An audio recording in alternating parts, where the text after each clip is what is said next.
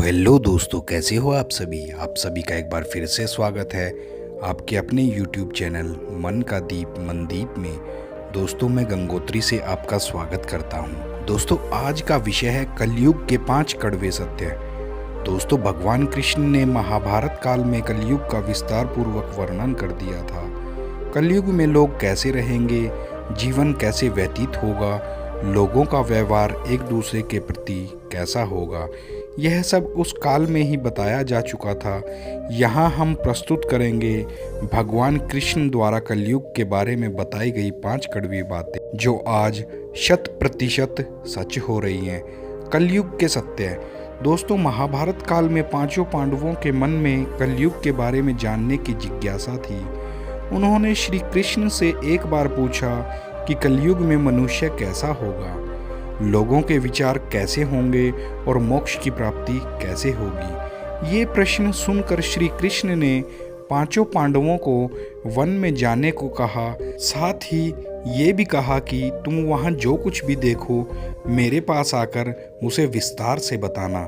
श्री कृष्ण का आदेश पाकर 5 भाई वन में गए और कुछ समय बाद वापस आए। फिर एक एक करके 5 भाइयों ने वन में जो देखा वो भगवान कृष्ण को बताया। सबसे पहले बारी आई युधिष्ठिर की। युधिष्ठिर ने भगवान श्री कृष्ण को बताया कि हे कृष्णा, जो आपने बताया था वह हमने वैसा ही किया, और जब मैं वन में जा रहा था तो मुझे एक 2 सूंड वाला हाथी देखने को मिला।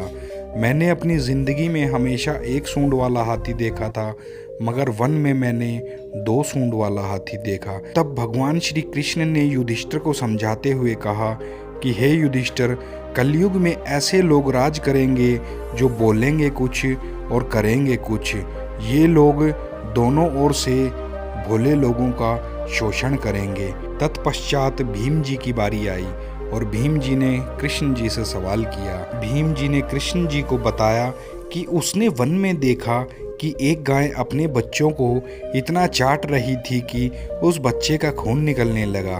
तब श्री कृष्ण ने इसका अर्थ बताया। श्री कृष्ण जी ने बताया कि कलयुग का मनुष्य अपने बच्चों से इतना आसक्त होगा कि ऐसी ममता के कारण बच्चों का विकास ही रुक जाएगा। यदि किसी पुत्र को साधु बना दो तो सब उसके दर्शन करेंगे, परंतु यदि स्वयं का पुत्र साधु बना तो माता पिता दुखी हो जाएंगे, रोएंगे कि मेरा पुत्र किस राह पर जा रहा है। कलयुग में लोग बच्चों को मोह माया और परिवार में ही बांध कर रखेंगे। इस तरह उसका जीवन वहीं नष्ट हो जाएगा। फिर कृष्ण ने कहा कि तुम्हारे पुत्र तुम्हारे नहीं बल्कि तुम्हारी पत्नियों की अमानत है, और तुम्हारी पुत्रियां तुम्हारी अमानत है। यह शरीर मृत्यु की अमानत है और आत्मा परमात्मा की अमानत है।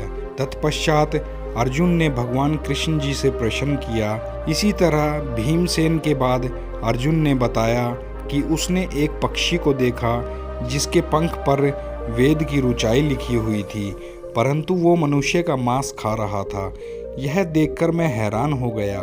तब श्री कृष्ण जी ने बताया कि कलयुग में ऐसे लोग होंगे जिन्हें विद्वान कहा जाएगा, किंतु उसकी यही मंशा होगी कि किसकी मृत्यु जल्दी हो, जिससे उसकी संपत्ति को अपना लिया जाए। व्यक्ति का ओहदा कितना भी बड़ा क्यों ना हो जाए, किंतु उसकी दृष्टि दूसरों की संपत्ति पर ही रहेगी। ऐसे लोग बहुत होंगे जो दूसरे के धन को छीनने को आतुर होंगे। वास्तविक संत तो कोई कोई ही होगा। नकुल जी के प्रश्न। अर्जुन के बाद फिर नकुल ने श्री कृष्ण को वन के बारे में बताया। नकुल ने कहा कि एक भारी चट्टान पर्वत से गिरी और बड़े से बड़े वृक्ष भी उसे नहीं रोक पाए, परंतु एक छोटे से पौधे से टकराकर वह चट्टान वहीं रुक गई। तब इसका अर्थ बताते हुए श्री कृष्ण ने कहा कि कलयुग में मनुष्य की बुद्धि क्षीण होगी, उसका जीवन पतन होगा, और इस पतन को धन या सत्ता के वृक्ष रोकने में सक्षम नहीं होंगे, किंतु हरिनाम रूपी एक छोटे से पौधे से मनुष्य का जीवन पतित होने से रुक जाएगा। हरि कीर्तन से मनुष्य की बुद्धि प्रबल होगी। सहदेव के प्रश्न। अपने चारों भाइयों की तरह सहदेव ने भी भगवान कृष्ण से वन की बात बताई। सहदेव ने बताया कि उसने वन में अनेकों कुएं देखे, जिनमें से केवल बीच का कुआं खाली था, जो कि सबसे गहरा था। कृष्ण ने सहदेव को इसका अर्थ बताते हुए कहा कि कलयुग में धनी व्यक्ति अपने शौक के लिए पुत्री के विवाह में, उत्सवों में, बहुतायत में धन खर्च करेंगे, परंतु यदि किसी भूखे को देखेंगे तो उसकी सहायता करने में किसी की कोई भी रुचि नहीं होगी। इंद्रियों की संतुष्टि, मदिरापान, मांस भक्षण और व्यसन में धन खर्च किया जाएगा। जो लोग ऐसी आदतों से दूर होंगे उन पर कलयुग का नहीं बल्कि परमात्मा का प्रभाव होगा। तो दोस्तों, ये हैं कलयुग के 5 कड़वे सत्य। तो दोस्तों, ये थी आज की ज्ञान की बात, और साथ ही साथ चैनल को कृपया सब्सक्राइब कर दें।